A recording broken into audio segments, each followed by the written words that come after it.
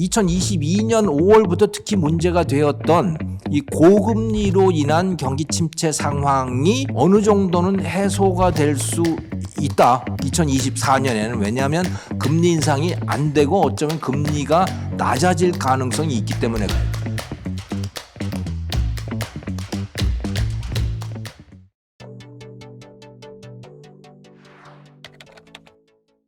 웅달 책방 시청자 여러분 안녕하세요. 저는 서강대학교 경제대학원의 김정호 교수입니다.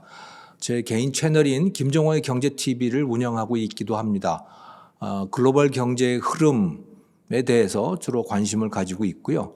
네, 역사적인 관점에 더욱 흥미가 있습니다. 저는 그래서 현재의 글로벌 경제를 이야기하면서도 역사적인 관점에서 주로 이야기하는 특징을 갖고 있습니다. 오늘도 여러분들께 우리나라 경제와 또 중국 경제 이야기를 가지고 찾아뵙습니다. 잘 부탁드립니다.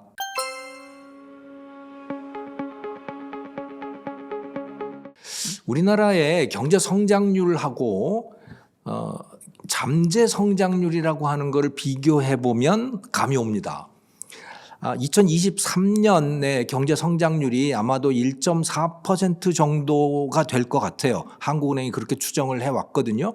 근데 실제로 경제 성장률은 몇 달 지나야 아마도 최종적인 숫자가 나올 겁니다만 아마도 1.4% 정도가 될 텐데 우리나라의 잠재 경제 성장률은 2%입니다. 잠재 성장률이라고 하는 건 뭐냐면 우리가 갖고 있는 실력을 다 쓰면 어느 정도가 나온다라고 하는 거거든요. 그 2% 정도는 나온다는 거예요. 그러니까 예전보다도 실력이 많이 줄어들긴 했지만 한때는 뭐 10%까지도 갔으니까요. 그런데 어쨌든 2% 정도는 충분히 할 수 있는 실력을 갖고 있는데 2023년에는 1.4%밖에는 못했다라고 하는 거죠. 그러니까 얼마나 침체되어 있었느냐라고 하는 것을 그 숫자가 잘 보여주고 있는 거예요. 이렇게 된 이유가 뭐냐면 무엇보다도 수출이 줄어든 겁니다. 우리나라는 수출이 굉장히 중요한 나라인데 그런데 수출이 2022년에 비해서 8% 정도가 줄어들었어요. 그러니까 물건이 잘 안 팔리는 거죠. 그러니 그만큼 회사도 잘 안 돌아가고 소득도 줄어들고 뭐 다 그렇잖아요. 심지어 삼성전자의 이 파운드리 부분 같은 경우는 성과급이 0이라고 하더라고요. 뭐 그럴 정도로 경기가 안 좋고 소득이 줄어들었고 그렇게 된 거죠.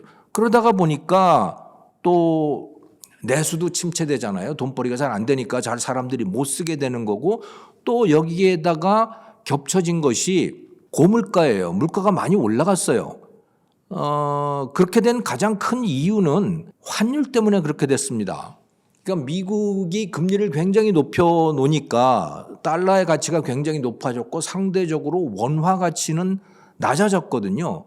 그러니 외국에서 그러니까 우리나라는 어떤 방식으로 사냐면 외국에다가 많이 수출을 하고 또 외국에서 많이 수입을 해서 살아요. 우리가 필요한 거는 수입해서 쓰죠. 그 돈은 수출을 해서 버는 거거든요. 자, 이런 구조인데 밖에서부터 사들여 오는 값이 높아진 거예요. 우리 내부의 물가가 높아지는 거죠. 그래서 외식 물가도 높아지고 다 그렇게 됐어. 소득은 줄어들다 보니 그만큼 내수도 위축되는 거죠. 그래서 수출 잘한데 내수도 시원찮아 이렇게 되다가 보니까 경기 침체가 올 수밖에 없고 플러스 거기에다가 부동산 부분이 집값들이 많이 떨어졌고 그것 때문에 부동산 프로젝트 파이낸싱 같은 것도 돈 못 갚는 데들도 자꾸 나오고 이렇게 되다 보니까 전반적으로 경기가 침체되는 양상을 보이게 됐던 겁니다.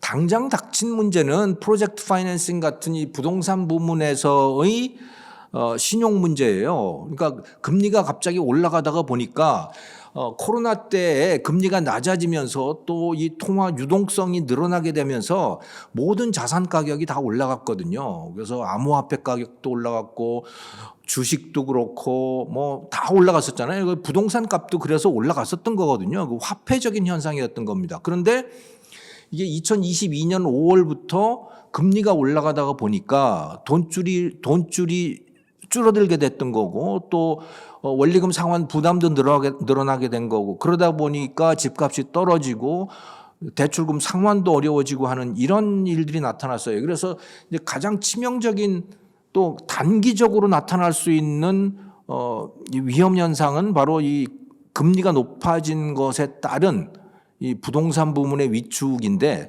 사실은 조금 더 길게 보면요. 우리나라가 굉장히 위험한 상황에 들어와 있어요.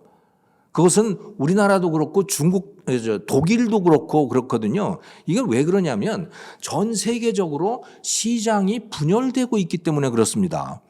미국과 중국이 분열을 하면서 그 이전까지는 미국, 중국 세 개의 시장이 하나로 통합이 돼 있었지요.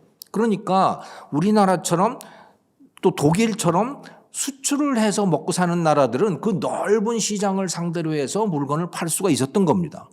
그런데 이게 트럼프 때부터 본격적으로 갈라지기 시작했잖아요. 2018년, 19년 그 무렵부터 이 시장이 갈라지기 시작했고 바이든 정부에 들어와서는 더욱더 심각하게 세상이 분열되기 한 거거든요. 그러니까 이건 우리 같은 나라에게는 뭘 뜻하냐면 시장이 쪼개지니까 시장이 줄어드는 거예요. 중국, 러시아, 이란, 터키 이런 데들은 미국과 유럽, 일본, 한국 같은 시장으로부터 분리가 되는 겁니다. 그러다 보니까 시장이 줄어들게 되고 수출이 줄어들게 되고 하는 이런 현상이 나타나게 되는 거예요. 그러니까 이건 큰 관점에서 봐야 되는 거거든요. 그리고 이거는 돌이키기가 매우 어려운 겁니다. 이거는 어쩔 수 없는 현상이에요. 우리가 어떻게 할 수 없는 현상인 거죠.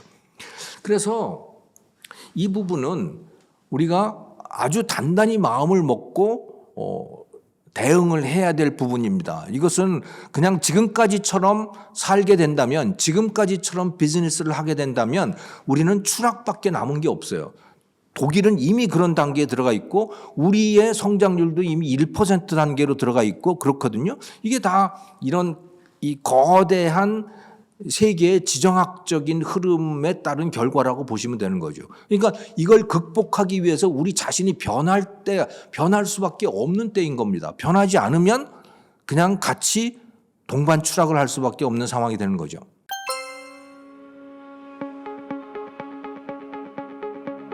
이제 미국이 우리의 굉장히 큰 시장으로 다시 등장을 하게 된 겁니다. 왜냐하면 중국이라고 하는 시장이 우리에게는 점점 작아지기 때문에 그런 거죠.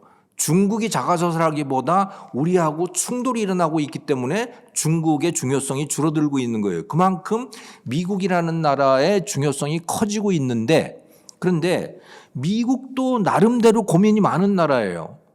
그래서 미국도 나도 살아야겠다라고 하는 그 미국 우선주의라고 하는 게 굉장히 강하게 대두가 된 거고 트럼프 대통령 때부터 바이든도 그런 면에서는 별로 다르지 않아요.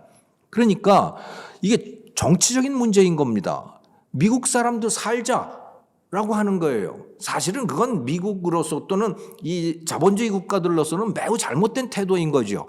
나만 살아서 보호주의를 하면 다 같이 죽어버리거든요. 그러니까 자본주의가 성하게 되는 번영하게 되는 그 비결은 서로 개방을 하는 건데 큰 나라들이 문을 닫게 되면 다 같이 문을 닫는 현상이 나타나거든요. 그런데 미국 대선이 그런 촉매제가 될 가능성이 매우 높아요. 왜냐하면 10중 8구는 2024년 미국 대선에서 11월 달인 거죠. 미국 대선에서 아마도 현재 바이든 대통령하고 또 공화당 측에서는 트럼프 후보가 맞붙을 가능성이 매우 높습니다. 그런데 트럼프의 대표적인 정책이 뭐냐면 아메리카 퍼스트예요. 미국 우선주의예요. 미국 제일주의죠. 다른 나라들은 알 거 없고 어쨌든 미국만 잘 살면 되는 거야. 그래서 미국에 수입되는 물건들에 고율의 관세를 부과하는 거죠. 이미 중국산에 대해서 25% 관세를 부과했잖아요. 네. 그것이 더욱 심해질 가능성이 높습니다. 그러니까 당선되기 위해서 미국의 중서부의 백인들 또 중서부의 공장에 다니는 백인들이 주로 그 트럼프 지지자들이에요. 그러니까 그들의 지지를 받기 위해서 더욱더 보호주의로 치달을 가능성이 매우 높습니다. 그 트럼프는. 자, 트럼프가 그렇게 해서 지지자들의 환심을 사면 바이든은 어떻겠어요? 바이든도 뭐 그런 비슷한 정책을 해야 될 거 아니에요? 그래서 이 보호주의 공약 경쟁이 일어날 가능성이 높고요. 그렇게 되면 참 우리 같이 수출을 해서 먹고 살아야 되는 나라들은 아주 난감한 상황이 되는 거죠. 그래서 뭐 여러 가지 면에서 이 수출 전망이 좋지 않다. 전반적으로 보면 이제 그동안에 2022년 5월부터 특히 문제가 되었던 이 고금리로 인한 경기 침체 상황이 어느 정도는 해소가 될 수 있다. 2024년에는. 왜냐하면 금리 인상이 안 되고 어쩌면 금리가 낮아질 가능성이 있기 때문에, 그만큼 유동성이 좋아지기 때문에 어느 정도는 경기가 펴질 가능성이 있지만, 그런 플러스 요인이 있는 반면에 또 한편으로는 미국 대선에서 보호주의 경쟁이 벌어질 가능성도 매우 높다. 이런 것을 감안하셔야 될 것 같습니다.